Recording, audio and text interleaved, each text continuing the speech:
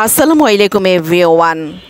একজন বাংলাদেশি নাগরিক হিসেবে যারা ভারতের মেডিকেল ভিসার জন্য অ্যাপ্লাই করতে চান বা ভারতের চিকিৎসার জন্য রোগী যাবেন তার সাথে অ্যাটেন্ডেন্ট হিসেবে যেতে চান, তারা কতজন যেতে পারবেন, কিভাবে যেতে পারবেন এবং কতদিন থাকতে পারবেন সব কিছু নিয়ে আমার আজকের ভিডিও।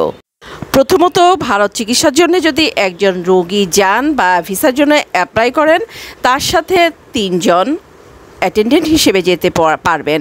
সেই 3 জন অ্যাটেন্ডেন্ট হতে পারে আপনার রক্তের সম্পর্ক বা অন্য যে কোনো কেউই অ্যাপ্লাই করতে পারবেন। এখানে ধরা বাঁধা কোনো নিয়ম কিন্তু নেই। অ্যাটেন্ডেন্ট হিসেবে যে 3 জন অ্যাপ্লাই করেছেন, যদি সে 3 জনের ভিসা হয়ে যায় তাহলে রোগীর সাথে 3 জনই যেতে পারবেন। আর যদি 3 জনের না হয়ে 2 জনের ভিসা হয় সেক্ষেত্রে যেতে পারবেন শুধুমাত্র 2 জন। এখন কথা হলো যে আপনারা অ্যাটেন্ডেন্ট হিসেবে রোগীর সাথেই যাবেন নাকি আগে বা পরে যেতে পারবেন। অবশ্যই রোগীর সাথে যেতে হবে আপনাকে অ্যাটেন্ডেন্ট হিসেবে।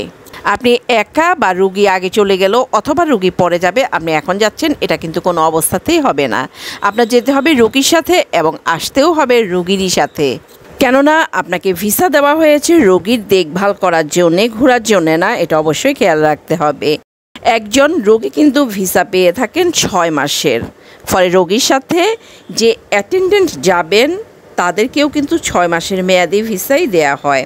একজন রোগী মেডিকেল ভিসার ক্ষেত্রে পেয়ে থাকেন ট্রিপল এন্ট্রি ভিসা, মানে 6 মাসের ভিসা পেয়ে থাকেন রোগী। এই 6 মাসের মধ্যে তিনি 3 বার আসতে এবং যেতে পারবেন। অ্যাটেন্ডেন্টের ক্ষেত্রেও কিন্তু সেম, তিনিও 3 বার যেতে এবং আসতে পারবেন।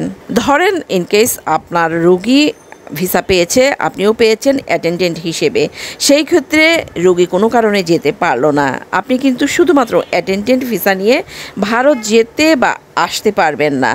এরপর অন্যভাবে যদি দেখেন যে ভারত আপনার রোগী গেছে একবার যাওয়ার পর ভারত তারা যাওয়া লাগছে না আর যেতে হবে না, সেই ক্ষেত্রে অ্যাটেন্ডেন্টের ভিসা দিয়ে আপনি কিন্তু আরও 2 বার, মানে ট্রিপল এন্ট্রি যেই ভিসা আপনি পেয়েছেন সেটা দিয়ে কিন্তু ভারত যেতে বা আসতেও পারবেন না। আপনি যখনই যাবেন আপনার সাথে অবশ্যই রোগী থাকা লাগবে, রোগী ছাড়া আপনার ভারতে যাওয়া বা আসার কোনো সুযোগ নেই।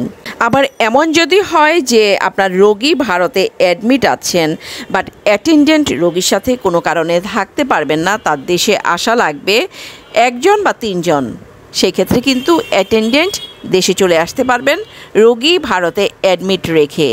এরপর আপনি দেশে কাজ শেষ করে যখন আবার ভারত যেতে চান সেই ক্ষেত্রে অবশ্যই ইমিগ্রেশনে আপনার রোগী যে অ্যাডমিট আছে তার সপক্ষে যত প্রমাণপত্র আছে সেগুলো সাবমিট করতে হবে।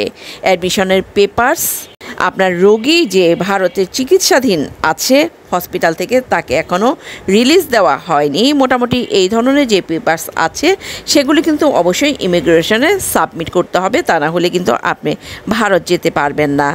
আর আপনার সব পেপারস যদি ঠিক থাকে সেই ক্ষেত্রে আপনি কিন্তু রোগী রেখে 3 বার ভারত থেকে বাংলাদেশে আসতে পারবেন এবং 3 বার যেতে পারবেন, এক্ষেত্রে কোনো সমস্যা হবে না। বাট কেয়ারফুলি আপনার খেয়াল রাখতে হবে যে রোগীর সপক্ষে যে প্রমাণপত্রগুলি আছে বা পেপারস আছে সব কিছু কিন্তু একুরেটলি ইমিগ্রেশনে দেখাতে হবে। বর্তমানে রোগীর ভিসাতে অ্যাটেন্ডেন্টের পাসপোর্ট নাম্বার উল্লেখ করে দেওয়া হচ্ছে এবং অ্যাটেন্ডেন্টের ভিসার ক্ষেত্রেও কিন্তু সেম, রোগীর পাসপোর্ট নাম্বার উল্লেখ করে দেওয়া হচ্ছে। সো রোগী ছাড়া একা আপনি আসতে বা যেতে পারবেন না কোনো অবস্থাতেই অ্যাটেন্ডেন্ট ভিসা নিয়ে। ভালো থাকবেন সবাই, আল্লাহ হাফেজ।